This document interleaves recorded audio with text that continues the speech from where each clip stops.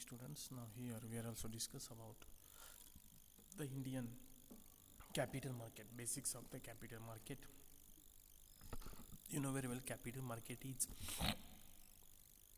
basically a part of the financial market where the buying and selling of long-term debt or equity takes place. म्हणजे Indian capital मार्केटमध्ये प्रामुख्याने या ठिकाणी equity shares असेल तर equity आणि लॉंग टर्म डेप्ट असेल त्याचं या ठिकाणी काय होतं, बाईंग अँड सेलिंग होत असतं. त्यामध्ये सर्वात महत्त्वाचा मुद्दा आहे, आपण काय पाहणार आहोत, बेसिक टर्म्स. म्हणजे या ठिकाणी प्रामुख्यानं this funding raising exercise through the capital market is tapped by the government, banks and corporate through the capital market. That means the companies, banks are also acquiring their funds through the issue of the shares from the capital market. It is also called as the capital market. That means the organizations which need money can raise fund with the help of the capital market by issuing the shares and debenture. The investors then invest in the capital market by purchasing those shares and debentures. जे issue of shares म्हणजे नेमकं हे issue of shares कुठं होतं, त्याच्यासाठी आपल्याला basic of capital market हे या ठिकाणी आपण पाहतो आहे.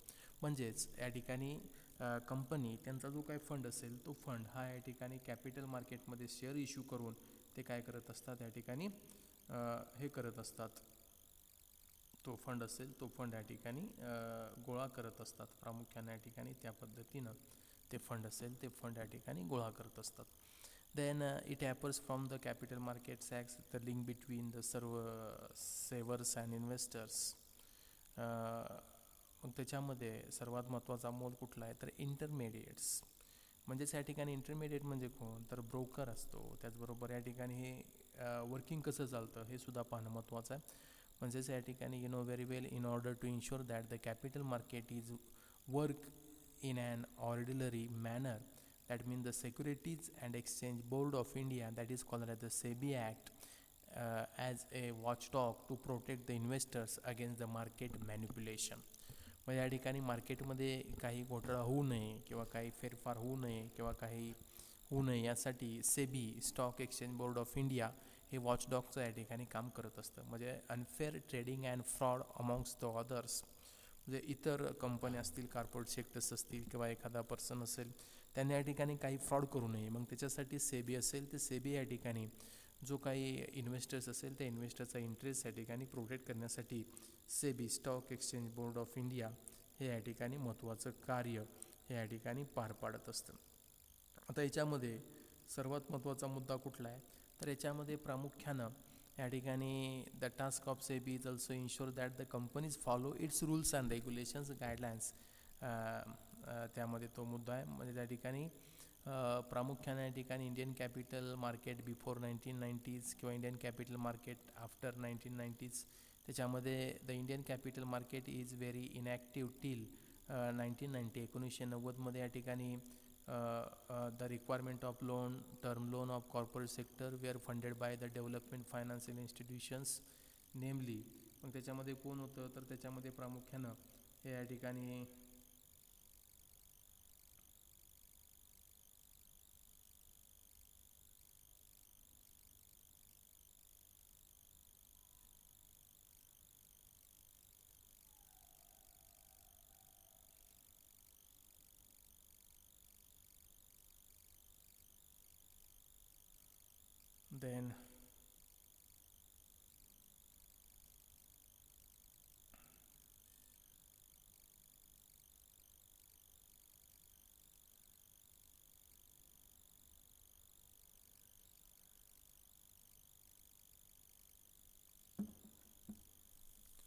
then the financial institutions, development financial, namely IDB, IFC, ICA, as well as other investment institutions like LIC, UTI, GSC, and are also providing the capital to the corporate sector. Then after they are also providing the working capital needs, working capital requirements were funded by the commercial bank through the मग त्यामध्ये banks असतील त्या banks या ठिकाणी working capital need असेल म्हणजे खेळतं भांडवल कंपनीला आवश्यक असेल त्याचं या ठिकाणी पुरवण्याचं काम ते या ठिकाणी बँका करत होतं. त्यानंतर पुढचा मुद्दा आहे इंडियन कॅपिटल मार्केट आफ्टर 1990 1990 नंतर या ठिकाणी त्याच्यामध्ये बरेच चेंजेस झाले, तो काय या ठिकाणी मुद्दा आपल्याला नाही. तर आपल्याला या ठिकाणी काय पाहिजे, तर प्रायव्हेट प्लेसमेंट्स. आता प्रायव्हेट प्लेसमेंट्स म्हणजे नेमकं काय, तर हा सुद्धा मुद्दा आपल्याला या ठिकाणी विचारात घ्यावा लागेल. Private placements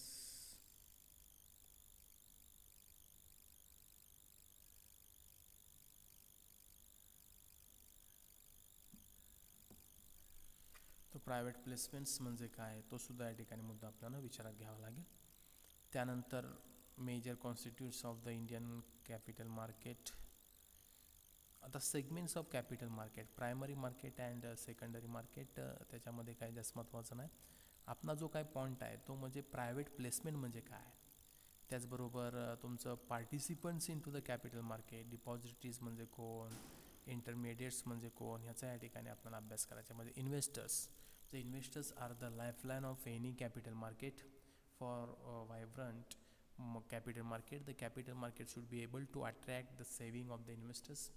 That means the investors belongs to various categories such as, मग आता याच्यामध्ये रिटेल इन्व्हेस्टर्स आहेत, इन्स्टिट्यूशनल इन्व्हेस्टर्स आहेत like mutual fund, insurance companies and foreign portfolio investors.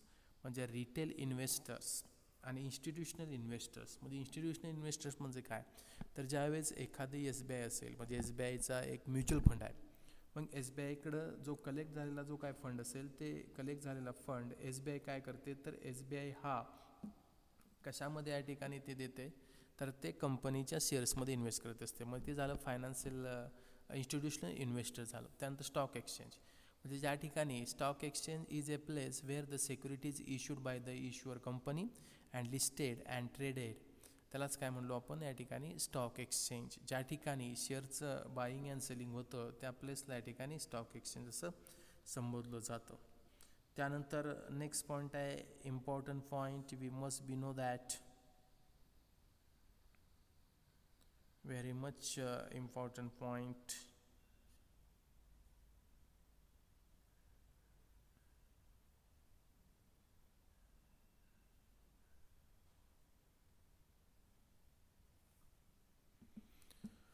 Depository. A depository is a organization which hold the securities like shares, debenture, bonds, government securities, mutual fund units, etc. of the investors in electronic form. म्हणजे या ठिकाणी depository हे काय करते, तर hold करत असते securities. म्हणजे आता शेअरहोल्डर्सनं घेतलेले शेअर्स असतील, ते शेअर्स या ठिकाणी होल्ड करण्याचं काम हे डिपॉझिटरी करत असतात. मग इंडियामध्ये काय, तर in India there R 2 depositories, नेमली National Securities Depository Limited, it is also called as NSDL, and Central Depository Services Limited in bracket CDSL. ह्या 2 डिपॉझिटरीज आहेत. यांचं काम काय, तर भागधारकांनी घेतलेले शेअर्स असतील ते इलेक्ट्रॉनिक फॉर्ममध्ये काय करून होल्ड करून ठेवणं. त्यानंतर इंटरमिडिएट्स. आता intermediates you know very well, intermediates are those entities which are also offer various services in relation to the capital market. त्या मग इंटरमिडिएटमध्ये कोण येतं, तर such as the stock broker असेल, त्याचबरोबर मर्चंट बँकर्स असेल किंवा अंडर रायटर असेल, हे या ठिकाणी ते त्याच्यामध्ये येतात. कॅपिटल मार्केटचे इन्स्ट्रुमेंट कुठले आहेत, तर शेअर्स म्हणजे इक्विटी अँड प्रेफरन्शियल्स आहेत, डिबेंचर्स अँड बॉन्ड्स आहेत, डिपॉझिटरी रिसीट्स म्हणजे ADR, GDR आणि IDR, आणि डेरिव्हेटिव्ज हे कॅपिटल मार्केटचे इन्स्ट्रुमेंट्स आहेत. म्हणजेच या ठिकाणी काय, तर या ठिकाणी त्याचा आपण अभ्यास करूयात. म्हणजे financial instruments likes bonds and stock whose maturity is more than 1 year are traded in the capital market. They have a very large source of funds, with the bond having long maturity and shares having indefinite maturity. It also helps in increasing the capital formation in the country. The following instruments are also available into the capital market. म्हणजेच कंपन्यांना त्यांचा जो काय भागभांडवल असेल ते भागभांडवल उभं करण्यासाठी कोणकोणत्या माध्यमातून या ठिकाणी ती कंपनी ही या ठिकाणी भागभांडवल उभं करू शकते, तर त्याच्या संबंधीचा हा इम्पॉर्टंट असा पॉईंट आहे. मग आता आपण जर विचार केला, तर आता प्रामुख्यानं विचार करायचं झालं तर याच्यामध्ये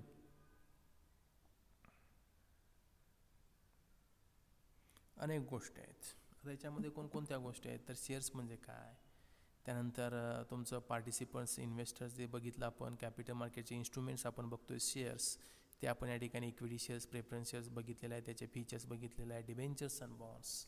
त्यानंतर तुमचं या ठिकाणी कॉल फ्युचर कॉल फ्युचर म्हणजे काय हे सुद्धा पॉईंट आहे. त्यानंतर हे काय या ठिकाणी महत्त्वाचं नाही. आपणाला काय बघायचं आहे तर आपणाला बघायचं आहे हे या ठिकाणी प्रायव्हेट प्लेसमेंट. प्रायव्हेट प्लेसमेंट म्हणजे नेमकं काय हे थेरॉटिकल टर्म आहे. Futures options different kinds of हे या ठिकाणी आपल्याला बघायचं आहे different types of security issued in the primary market. आता ह्याच्यामध्ये पब्लिक इश्यूसाठी आहेत इनिशियल पब्लिक ऑफर आणि फर्दर पब्लिक ऑफर. त्यामध्ये राईट इश्यू आहे, बोनस इश्यू आहे आणि प्रायव्हेट प्लेसमेंटमध्ये प्रेफरन्शियल इश्यू आणि क्वालिफाईड इन्स्टिट्यूशनल प्लेसमेंट. आता हा जो काय different types of security issued in the primary market, मग त्याच्यामध्ये पब्लिक इश्यू, मग when the shares are convertible securities are issued to the new investors it is called as the public issue. That means the public issue can be further subdivided into initial public offer and further public offer. मग या ठिकाणी ज्यावेळेस shares असतील ते shares या ठिकाणी new इन्व्हेस्टर्ससाठी issue केले जातात. It is also called as the public issue. त्यानंतर initial public offer that is called as the IPO when the shares and debentures of a company are issued to the public for the first time. It is called as an IPO. It then set the stage for listing and trading of the issuer's shares or convertible securities on the stock exchange. Whenever the company's shares are first time issued to the public, such issued, it is also called as such offer. It is also called as the initial public offer. त्याला काय म्हणतात? Initial public offer असं या ठिकाणी संबोधलं जातं. हे या ठिकाणी शेअर्स इश्यू करत असताना त्याच्यामधले एक इम्पॉर्टंट टर्म आहे. त्यानंतर दुसरी या ठिकाणी ऑफर आहे पब्लिक फर्दर पब्लिक ऑफर किंवा follow on offer when an already listed company makes either a fresh issue of shares or convertible securities to the public or an offer for the sale to the public. It is called as the FPO. त्याला काय म्हणतात? FPO म्हणजे त्या ठिकाणी जे already listed company असेल ते already listed company either a fresh issue of the shares or converted to the public or an offer for the sale to the public. It is called as the FPO, further public offer. त्यानंतर right issue when an issue of shares or convertible securities is made by issuer to its existing shareholders as on a particular date fixed by the issuer, that means the record date. It is called as the right issue. म्हणजे जे existing shareholders असतील त्या existing शेअरहोल्डर्ससाठी issuer जे issue केलेले shares असतील it is also called as the right issue. The rights are offered in a particular ratio the number of shares or convertible securities held on the record date. Then composite issue when the issue of shares or convertible securities by a listed issuer on public cum right basis wherein the allotment in both public and right issue is proposed to be made simultaneously. It is called as the composite issue. म्हणजे या ठिकाणी composite issue म्हणजे काय तर mixture आहे. तर काय public issue त्याचबरोबर तुमचं कम राईट बेसिस म्हणजे आपलं या ठिकाणी ते राईट इश्यू आणि पब्लिक इश्यू याचं कॉम्बिनेशन म्हणजे कंपोजिट इश्यू. त्यानंतर bonus issue when an issuer makes an issue of shares to existing shareholders without any consideration based on the number of shares already held by them as on a record date. It is called as the bonus issue. म्हणजे bonus issue म्हणजे नेमकं काय तर हे bonus issue सर्वात महत्त्वाचा मुद्दा आहे.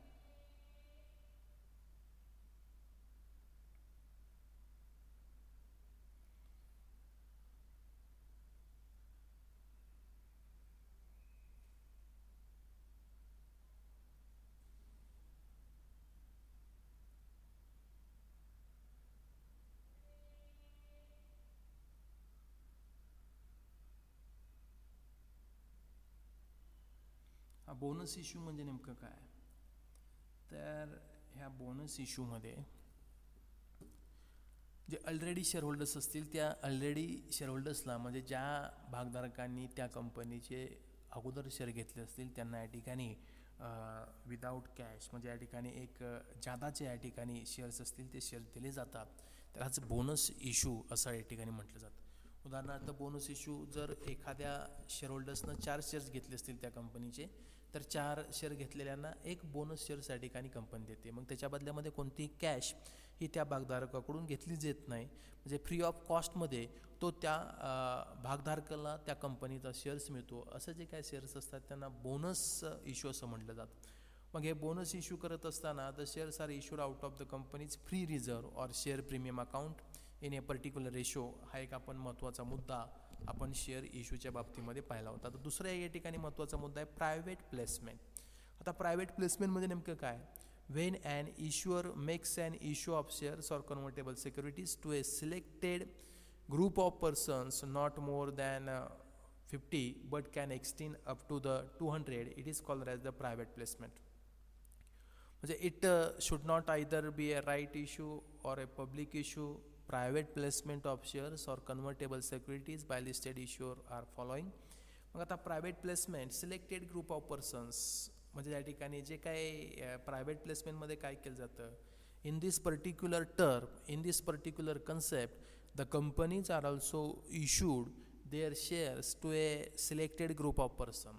मग त्यामध्ये या ठिकाणी फायनान्शियल इन्स्टिट्यूशन्स असतील किंवा सिलेक्टेड पर्सन्स असतील, त्यांनाच फक्त या ठिकाणी ते शेअर्स काय केले जातात, इश्यू केले जातात. मग त्याला या ठिकाणी काय म्हटलं जातं, private placement. It is also called as the private placement. त्याला काय म्हटलं जातं, प्रायव्हेट प्लेसमेंट.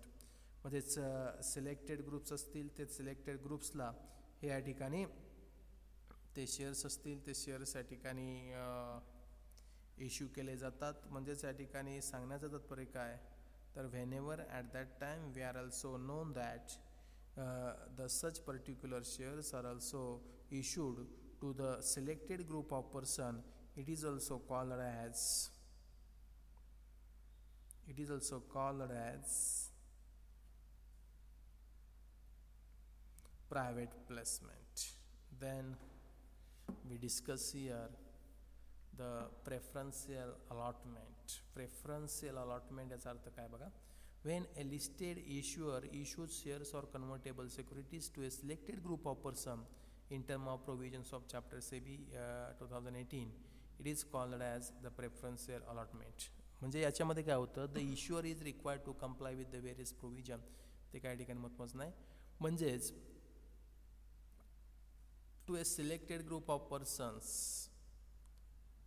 प्रेफरन्शियल म्हणजे प्रामुख्यानं, अलॉटमेंट म्हणजे काय, वाटप.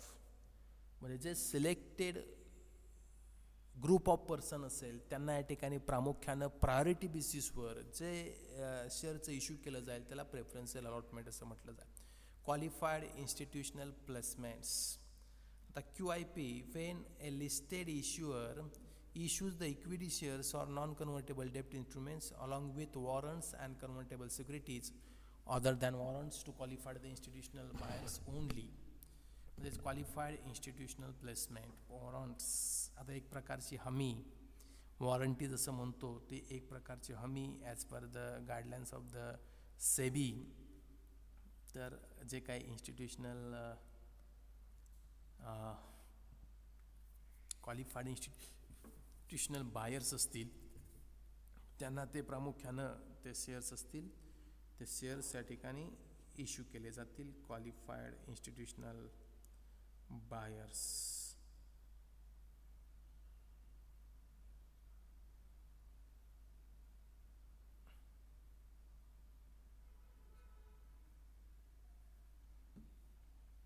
Then a listed issuer may qualified institutional placement satisfy the following conditions. ते कंडिशन्स काय आपण वाचणार नाही.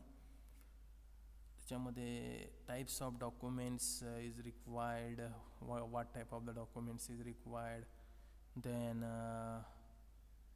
some other important points we are also discuss here. Issue requirements, entry norms, ते काय आपल्याला महत्त्वाचं नाही. फक्त आपल्याला प्रमोटर्स कॉन्ट्रीब्युटर्स लॉक. आता promoters, who is the promoters, minimum promoter, promoters शाल कॉन्ट्रीब्यूट. हा एक महत्त्वाचा मुद्दा आहे. प्रमोटर म्हणजे एखादी कंपनी असते, त्या कंपनीचा प्रमोटरचा शेअर्स असेल, तो प्रमोटरचा शेअर्स असतो. शेअर म्हणजे काय, तर त्यांनी किती equity shares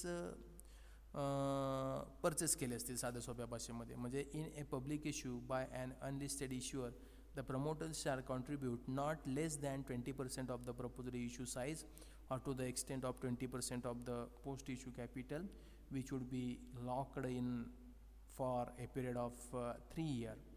Lock in indicates a freeze on the shares.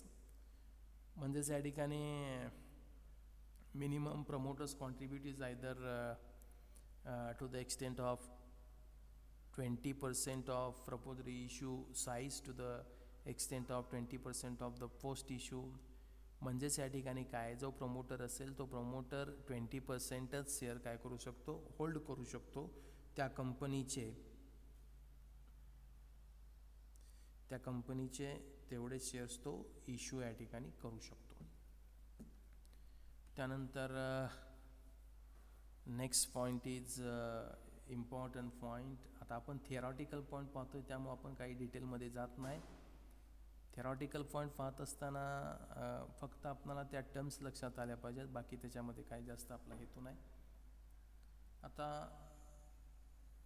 IPO grading. आता IPO ग्रेडिंग म्हणजे काय, तर कंपनीला इन्व्हेस्टर्स असतील, त्या इन्व्हेस्टर्सला काय करावं लागेल, त्या इन्व्हेस्टर्सला अवेअर करावं लागेल. म्हणजे कुणाला, सेबीला. मग सेबी काय करतं, तर त्याचं ग्रेडिंग करतं त्यांच्या बेसिसनुसार, त्यांच्या क्रायटेरियानुसार, आणि त्याचं या ठिकाणी ग्रेडिंग हे या ठिकाणी त्या कंपनीला दिलं जातं. The issuer may obtain grading for its initial public offer from more than one or more credit rating agency register with SEBI. म्हणजे क्रेडिट देणारे जे काही इन्स्टिट्यूशन्स असतील त्यांच्याकडून या ठिकाणी काय करणं, त्यांच्याकडून ग्रेड्स असतील ते ग्रेड या ठिकाणी घेणं हे महत्त्वाचं असतं. म्हणजे such credit rating agency shall be registered with SEBI. Such a grading granted to the IPO of a company takes into the account relative assessment or fundamentals of an IPO.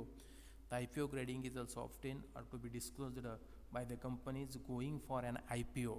ज्यावेळेस ते प्रथमच ती कंपनी मार्केटमध्ये shares issue करत असेल, तर त्यांचं IPOचं grading हे या ठिकाणी काय करणं शक्यतो सांगणं महत्त्वाचं आहे. मग त्याचे ग्रेडिंग काय, तर ज्यावेळेस विद्यार्थी मित्रांनो तुम्हाला शेअर मार्केटमध्ये IPO एखादा काय होईल येत असेल, तर त्याचा ग्रेड कोणता आहे तर तो पाहणं या ठिकाणी आवश्यक आहे. म्हणजे IPO ग्रेड 1 पुअर फंडामेंटल्स, म्हणजे त्या कंपनीचं फंडामेंटल मग प्रॉफिट असेल, सेल असेल किंवा तो काही बिझनेस असेल पुअर असेल असं समजायचं. म्हणजे as per the given guideline by the SEBI और as per the credit rating agencies. त्यानंतर IPO grade 2 below average fundamentals. त्यानंतर IPO grade 3 average fundamentals. IPO grade 4 above average fundamentals. IPO grade 5 strong fundamentals. असे हे या ठिकाणी IPO प्रथमच जर ती कंपनी शेअर मार्केटमध्ये इश्यू करत असेल तर त्यावेळेस त्याला IPOचा ग्रेड असेल तो ग्रेड या ठिकाणी पाहणं आवश्यक असतं. The purpose of IPO grading is to make available additional information to the investors and this will help to assess the fundamentals of the कंपनीचं फंडामेंटल या ठिकाणी ते लक्षात येईल. म्हणजे कंपनी ती निश्चितच चांगली आहे का, ॲव्हरेज आहे का, कसे आहे किंवा या ठिकाणी गुड आहे, हे या ठिकाणी आपल्याला ते त्याच्या फंडामेंटलवरून आपल्याला लक्षात येईल. म्हणजे अशा पद्धतीनं हे या ठिकाणी फंडामेंटल्स असेल ते फंडामेंटल्स पाहणं हे आवश्यक आहे. Then now here we discuss about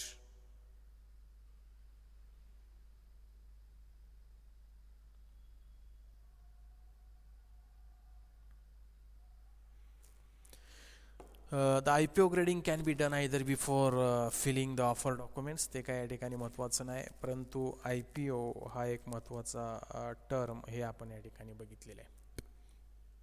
विद्यार्थी मित्रांनो, आपलं पहिलं युनिट या ठिकाणी प्रायव्हेट प्लेसमेंट किंवा या ठिकाणी राईट इश्यू किंवा ह्या टर्म झाल्यानंतर आपलं हे फर्स्ट युनिट संपतं आहे. त्यानंतर आपण सेकंड युनिट पाहणार आहोत, व्हॅल्युएशन ऑफ शेअर्स. आता याच्यामध्ये IPO ग्रेडसाठी या ठिकाणी काय काय केलं जातं, तर रेटिंग एजन्सीकडून बिझनेस प्रॉस्पेक्टस, त्यानंतर industry prospect, company prospect, financial position, new project किंवा risk and prospects compliance and litigations, all these informations are also seen by that particular IPO grading. Then pricing of an issue. आता इथं pricing of and issue हा एक महत्त्वाचा मुद्दा आहे. म्हणजे त्या ठिकाणी प्राइसिंग ऑफ ॲन इश्यू म्हणजे त्या इश्यू होणाऱ्या IPOची नेमकी किती प्राइस ठरवायची. Before 1992, pricing of the issue was decided by the controller of capital issue. Controller CCIR also decided the pricing of the issue under the Capital Issue Control Act 1947. त्यानंतर in 1992, the Capital Issue Control Act 90 was replaced and the public issues came into the out of the checklist of CCI.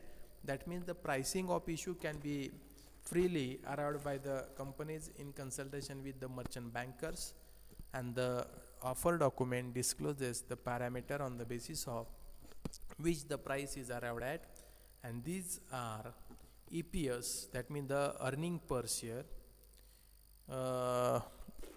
PE multiple is price earning ratio, return on net worth, etc. And the parameter are stated above are also compared with the peer group companies.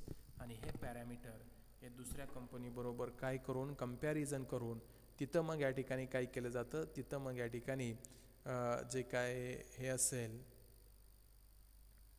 ते प्रामुख्यानं हे issue price हे ठरवलं जाते. The public issue can be segregated into either a fixed price issue or a book build issue.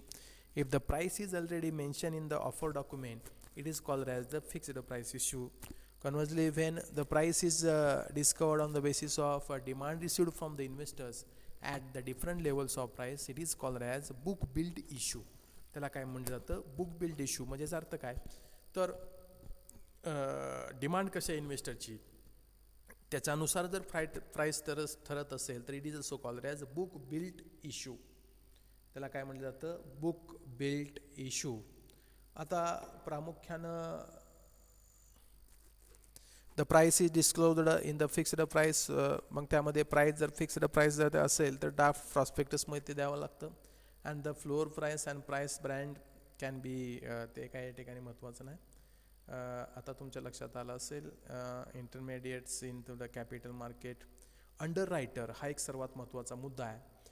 तो आपण या ठिकाणी पाहणार आहोत. What is mean by the underwriter. The initial public offer, that mean underwriter generally hire specialist in their staff. The underwriters, who are generally investment banks, have to ensure that all the regulatory requirements are complied with. म्हणजे shares issue करत असताना जे काय regularity कंप्लायन्सेस असतील ते कंप्लायन्सेस पूर्ण करण्याचं काम या अंडर रायटर या ठिकाणी करत असतात. ते प्रामुख्यानं इन्व्हेस्टमेंट बँक्स या ठिकाणी असतात. Secondly, the investment bankers pursues the large institutional investors such as the mutual funds, pension fund and insurance companies to invest in the company. The amount of interest generated by these large institutional investors into the company shares help the underwriter to set the price of IPO of the company's stock. म्हणजे आता या ठिकाणी प्रामुख्याने mutual फंडच्या companies असतील, त्याचबरोबर pension fund, त्याचबरोबर insurance company असेल, ती प्रामुख्यानं त्या कंपनी किंवा इन्शुरन्स कंपनी हे काय करते तर त्या कंपनीमध्ये इन्व्हेस्टमेंट करत असतेस. म्हणजे अशा पद्धतीनं ते इन्व्हेस्टमेंट करत असताना त्याचा जर आपण विचार केला तर या ठिकाणी हे मर्चंट बँकर्स, मग त्यामध्ये प्रामुख्यानं सेकंड पॉईंटमध्ये काय येतं तर जे काही इन्व्हेस्टमेंट बँकर्स असतील, मग ते म्युच्युअल फंड. म्हणजे म्युच्युअल फंडची कन्सेप्ट काय तर लोकांकडून गोळा केलेला पैसा हा प्रामुख्यानं त्या कंपनीमध्ये इन्व्हेस्ट केला जातो. त्यालाच आपण या ठिकाणी मर्चंट बँकरसुद्धा म्हणू शकतो. मग ते इन्व्हेस्ट केलेला पैसा हा अंडर रायटर, मग त्यालाच आपण अंडर रायटरसुद्धा या ठिकाणी म्हणू शकतो. त्यानंतर बँकर्स टू ॲन इश्यू, त्याच्यामध्ये काय या ठिकाणी जास्त महत्त्वाचं नाही, ही टर्मसुद्धा आपली इश्यूशी रिलेटेड आहे. त्यानंतर ब्रोकर्स टू ॲन इश्यू, म्हणजे the brokers to an issue acts as agent to the investors. म्हणजे जो ब्रोकर असेल तो ब्रोकर जो इन्व्हेस्टरच्या वतीने एक एजंट म्हणून काम करत असतो आणि तो जो काही इन्व्हेस्टर्स असेल त्या इन्व्हेस्टर्सच्या वतीनं तो या ठिकाणी तो त्या कंपनीमध्ये काय करत असतो, इन्व्हेस्ट करत असतो. आणि he charges the commission for services render by him. So the task of broker execute buy or sell orders. म्हणजे तो जो काही टास्क असेल त्याचा टास्क कधी कंप्लीट होईल, बाय अँड सेल ऑर्डर्स या ठिकाणी असेल तर त्यावेळेस त्या ठिकाणी ब्रोकरचं या ठिकाणी काम पूर्ण होईल. अशा पद्धतीनं हे त्यानंतर डिबेंचर ट्रस्टी रजिस्टर इश्यू त्याचासुद्धा या ठिकाणी महत्त्वाचा मुद्दा नाही. त्यानंतर नेक्स्ट पॉईंट आहे आपला registers of issue portfolio managers. तर पोर्टफोलिओ मॅनेजरसुद्धा या ठिकाणी महत्त्वाचा मुद्दा आहे. तो या ठिकाणी काय, मग या ठिकाणी कॅपिटल मार्केट इंटरमिडिएट्स म्हणजे भांडवली बाजारामध्ये कोणकोणते या ठिकाणी मध्यस्थ आहेत, तर त्यामध्ये इन्व्हेस्टमेंट बँक्स आहेत, डिबेंचर ट्रस्टी आहेत, पोर्टफोलिओ मॅनेजर्स असतात, इन्व्हेस्टमेंट ॲडवायझर्स असतात, investment fund, brokerage firm, custodian, depository participants हे सर्व या ठिकाणी असतात. आता steps involve in public issue. ज्यावेळेस फर्स्ट टाईम या ठिकाणी तो शेअर इश्यू करायचा असेल तर त्याच्यासाठी कोणकोणती प्रोसेस आहे हे काय आपण जास्त डिटेलमध्ये नाही. त्यानंतर allotment of shares, public issue of shares, book building route. त्यानंतर बुक बिल्डिंग ते काय मी मगाशी सांगितलेलंच आहे. त्यामध्ये क्वालिफाईड इन्स्टिट्यूशनल बायर्स असतील, फॉरेन इन्स्टिट्यूशनल इन्व्हेस्टर्स असतील, हे सुद्धा महत्त्वाचे घटक असतात की जे आता इथं ही बीड क्वांटिटी म्हणजे काय, price discovery under book building process, हे सुद्धा या ठिकाणी महत्त्वाचं आहे. ते काय आपल्या सिलेबसमध्ये नाही, परंतु आपण फक्त ते बघूयात. म्हणजेच या ठिकाणी हे सर्व पॉईंट्स हे आपण या ठिकाणी पाहिलेले आहेत किंवा बघितलेले आहेत. Private placement, green shown option हे सुद्धा एक महत्त्वाची टर्म्स आहे. त्याचबरोबर आता इथं प्रामुख्यानं anchor investors. Now, who is the anchor investors? That means the anchor investors are qualified institutional buyers who purchases shares one day before the IPO opens. आता ही कन्सेप्ट तुम्हाला माहीत नसणार आहे. म्हणजेच anchor investors हे कोण आहेत, तर तो शेअर IPO, मग शेअर म्हणजे IPO ओपन व्हायच्या अगोदर बिफोर वन डे हे इन्व्हेस्टर्स काय करत असतात, क्वालिफाईड इन्स्टिट्यूशनल इन्व्हेस्टर्स किंवा बायर्स असतात. त्याला काय म्हणतो आपण, buyer, who purchase shares one day before the IPO opens. They help in arriving, ते काय करतात, they help in arriving at a fair price and install confidence in the mind of the investors. As the name suggest, they are also supposed to ensure the issue by agreeing the subscribe to shares at a fixed price so that other investors may know that there is demand for the shares offered.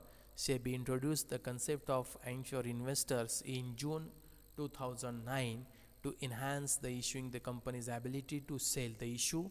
The Adani Power IPO in July 2009 was the first issue in the country to attract the investors under the anchor investor scheme. म्हणजे अदानी पॉवरनं या ठिकाणी पहिल्यांदा ही अँचर investors असेल त्या अँचर इन्व्हेस्टरची concept या ठिकाणी आणल्याची आपणास पाहावयास मिळते. आता पुढचा मुद्दा काय आहे बघा, when and anchor investors are important. Why the anchor investors are also important. Today many companies have complex structure, are not necessary profitable at the net level. मग या ठिकाणी सद्भाव इन्फ्रास्ट्रक्चर प्रोडक्ट असेल, ॲडलॅब्स एंटरटेनमेंट असेल, and cafe coffee day are the examples. In such cases the anchor investors can guide the other investors. म्हणजे काही कंपन्यांचं या ठिकाणी जे काही फंडामेंटल असेल ते फंडामेंटल प्रामुख्याने इन्व्हेस्टर्सला माहीत नसतं. मग अशा वेळेस काय करेल, तर अशा वेळेस अँचर इन्व्हेस्टर्सनं जर तो शेअर बाय केला तर निश्चितच त्याला काय होणार या ठिकाणी डिमांड होते. म्हणजे unlike analyst, brokerages and investment bankers who may put reports on the IPO अँचर्स. म्हणजे या ठिकाणी मुद्दा एक आहे,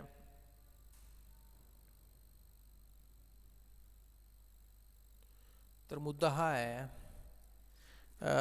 investors have their own skin game. They have actually subscribed to the shares at the published price, as the anchor portion of issue is taken by the serious institutions such as the mutual fund, insurance company, and foreign funds. Their valuation signals may be useful if the issue has problem. So मग या ठिकाणी प्रामुख्यानं अँच्युअर investors कोणच असतात तर qualified institutional buyers, की जे insurance company असेल किंवा जे म्युच्युअल फंडचं बिझनेस करणारे कंपनी असतील तर त्या अँच्युअर इन्व्हेस्टर्स असतात. म्हणजे फॉर एक्झाम्पल आता इथे एक एक्झाम्पल दिलेलं आहे. Prabhat dairies offer failed to draw anchor investors as the price was at a sizable premium to listed peers and there were challenges in growing the business. In the case of Adlabs Entertainment IPO, two anchor investors had bid at the lower end of the price band. In the public issue, which opened a day later, poor retail response forced the company to lower its price band to get subscribed. म्हणजे त्या ठिकाणी हे सुद्धा एक महत्त्वाचा मुद्दा आहे. ज्यावेळेस या ठिकाणी त्या कंपनीला जर अँच्युअर इन्व्हेस्टर्स भेटत नसतील तर साहजिकच त्याचा परिणाम हा त्या शेअरच्या प्राईसवर सुद्धा होऊ शकतो. हे आपण का सांगतोय तर ह्या बेसिक टर्म थेरॉटिकल टर्म्स आहेत. आपलं तर या ठिकाणी बेसिक या ठिकाणी प्रॉब्लेम्स वगैरे ते झालेले आहेत, इश्यू ऑफ शेअर्स वगैरे त्याचे प्रॉब्लेम झालेले आहेत, परंतु ह्या बेसिक टर्म्स हे माहीत असणं आवश्यक आहे. विद्यार्थी मित्रांनो, IPO म्हणजे काय, हे शेअर मार्केट म्हणजे नेमकं काय, हे शेअर मार्केटमध्ये पैसे कसे लोकांना मिळतात, म्युच्युअल फंड म्हणजे नेमकं काय, हे म्युच्युअल फंड करणारे कोण आहेत तर हे क्वालिफाईड इन्स्टिट्यूशनल इन्व्हेस्टर्स आहेत. मग आता इथं आपण बघितलं की अँच्युअर इन्व्हेस्टर्स म्हणजे कोण तर IPO ओपन म्हणजे मार्केटमध्ये येण्याच्या एक दिवस अगोदर ते काय करतात, खरेदी करतात. म्हणजे त्यांची ती काय किंमत असेल त्या ॲग्रीमेंटनुसार ठरेल, परंतु ओपन झाल्यानंतर त्याच्यामध्ये वाढ झाली तर निश्चितच काय होणार आहे तर ते अँच्युअर इन्व्हेस्टरला फायदेशीर होणार आहे. मग हे क्वालिफाईड इन्स्टिट्यूशनल इन्व्हेस्टर्स आहेत. मग आता इथं आपण एक केस स्टडी बघूयात. आता केस स्टडीच्या बाबतीमध्ये या ठिकाणी केस स्टडी पाहण्याच्या अगोदर हे IPO म्हणजे काय तुम्हाला समजलं असेल, प्रायव्हेट प्लेसमेंट म्हणजे काय हे समजलं असेल. ज्यावेळेस फर्स्ट टाईम एखादी कंपनी शेअर तो मार्केटमध्ये विकत असते तर त्याला या ठिकाणी काय म्हटलं जातं तर त्याला IPO इनिशियल पब्लिक ऑफर असं म्हटलं जातं. Case study by InterGlobe aviation limited, IndiGo airlines regarding the anchor investors. आता इंडिगो एअरलाइन्स आपल्याला माहिती आहे कंपनी आहे. मग ही company InterGlobe aviation limited, owner of IndiGo, म्हणजे इंटरग्लोब एव्हिएशन लिमिटेड ही इंडिगोची कोण आहे, ओनर आहे. Airlines received demand for around 8 times the shares is offered to so-called anchor investors, including domestic and foreign institutions. A day before the start of initial public offering, the company raised rupees 832 crore via the anchor investors allocation, also known as the anchor booking, selling shares at rupees 765 per share at the upper end of the rupees 700 to 765 price band. मग याच्यामध्ये काय, the company intend to use proceed of the fresh issue of the shares primarily to retire its aircraft lease obligations. It utilize rupees 1,125 crores, entire some existing aircraft lease obligations. The company will utilize 34.20 crore for the purchase of the ground support equipment for its airlines operations, and remaining amount are also general corporate purpose. That means the anchor investors includes among Harvard University Endowment Fund, Goldman Sachs Group,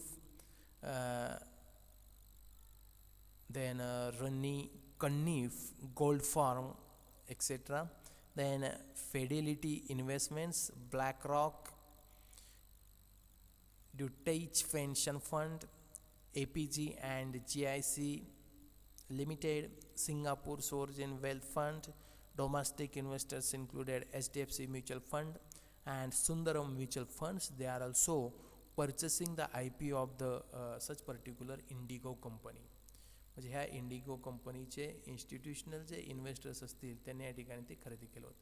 मग the IPO of the InterGlobe aviation Limited is one of the largest anchor books for an Indian IPO and over 40 investors have subscribe to it.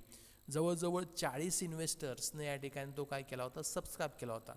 म्हणजे the demand for the main IPO book was very strong before the issue date, and given the names of the angel investors, retail investors have also attached to the issue. मग ह्याच्यामुळं झालं काय, तर ह्याच्यामुळं साहजिकच जे काय रिटेल इन्व्हेस्टर्स असतील, म्हणजे याचं या ठिकाणी अँच्युअर इन्व्हेस्टर्सनंच या ठिकाणी प्रामुख्यानं काय केलं होतं, तर तो शेअर्स हा या ठिकाणी खरेदी केला असल्यामुळं साहजिकच निश्चितच त्याचा या ठिकाणी फायदा काय झाला, तर या ठिकाणी प्रामुख्यानं त्या IPOला डिमांड वाढली. म्हणजे InterGlobe is seeking to raise ₹3,000 crore from the IPO. म्हणजे त्या इंडिगो कंपनीला 3,000 कोटी रुपये हे प्रामुख्यानं IPOच्या माध्यमातून मिळाले. म्हणजे including the anchor book, IndiGo had total डेप्ट of ₹3,912 crore as on 31st August, all of which are aircraft related, and the company intended to use the proceeds of the fresh issue of shares primarily to reduce its aircraft lease obligations. It utilized. मग ते fund कुठं कुठं use केलेला आहे, कशा पद्धतीने use केलेला आहे, कुठं कुठं या ठिकाणी त्याचा वापर केला ते दिलेला आहे. अँड अशा पद्धतीनं ह्या ठिकाणी हा जो काय टर्म्स असेल ती टर्म्स आपल्याला अँच्युअर इन्व्हेस्टर्समुळे नेमकं काय होतं ही केस स्टडी या ठिकाणी आपण बघितली. आता प्रायव्हेट प्लेसमेंट ही एक इम्पॉर्टंट टर्म आहे. The private placement is the process of raising capital directly from the institutional investors. A company that does not have access to or does not wish to make use of public capital market can issue the stock, bonds and other financial instruments directly to the institutional investors. म्हणजेच institutional investors includes, मग त्याच्यामध्ये कोण येतं, mutual fund, pension fund, insurance company and large banks are including in to the institutional investors. मग private प्लेसमेंटमध्ये ह्या ज्या काय लार्ज बँक्स असतील, इन्शुरन्स कंपनीज असतील, म्युच्युअल फंडचे हे करणारे असतील, त्यांना प्रामुख्यानं काय केलं जातं, तर हे शेअर्स या ठिकाणी विकले जातात. मग private placement means any offer of securities or invitation to subscribe the securities to selected group of person by a company other than by way of the public offer through issue of the private placement. Offer letter can be satisfied the conditions. ते company ॲक्टमध्ये तो rule आहे, या ठिकाणी आपण काय जास्त डिटेलमध्ये त्याच्या जाणार नाही. म्हणजे प्रायव्हेट प्लेसमेंट ऑफ शेअर्स हे तुमच्या आता कन्सेप्ट लक्षात आली असेल. म्हणजे अशा पद्धतीनं हे the proposed offer of the securities invitation to subscribe to the institutional investors, त्याचा ॲडव्हान्टेज, मग case studies on private placement, त्याचा या ठिकाणी ॲडव्हान्टेज काय होतो, कशा पद्धतीनं या ठिकाणी तो ॲडव्हान्टेज हा प्रायव्हेट प्लेसमेंटचा होतो ते आपण पाहणार आहोत. म्हणजे अशा पद्धतीनं ह्या बेसिक टर्म्स आपण या ठिकाणी पाहिलेले आहेत private placement of the shares. Then next लेक्चरला आपण 8 नंबर 2 हे या ठिकाणी काय करणार आहोत, स्टार्ट करणार आहोत valuation of shares. Thank you very much.